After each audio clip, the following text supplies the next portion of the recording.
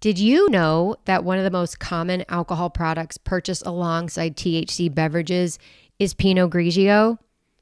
I love that not because I'm a Pinot Grigio drinker, but it is the sign that these drinks are becoming normalized and destigmatized, because so often I think we believe that when these drinks hit the market, they might appeal to a higher tolerance individual or an OG cannabis user. And while that is definitely still true, that there are products available for those drinkers, the other fact is that there is a whole iceberg of other consumers that are excited about these products. And they are more in the 2 to 5 to 10 milligram range.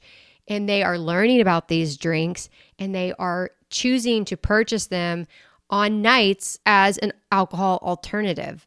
Again, I don't recommend that people mix alcohol and cannabis in the same setting, but you can have a beer or Pinot Grigio on one night and then you can have a THC drink on another night.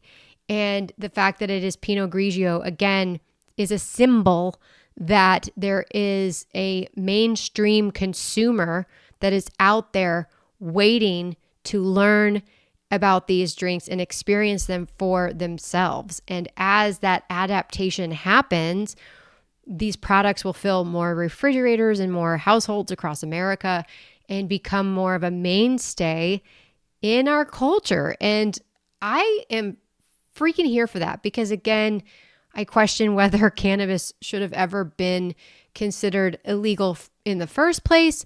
But I personally have benefited greatly from these products as a way to cut back on alcohol and really just kind of experience life without hangovers and get more in touch with myself. So there you go. But I'm excited.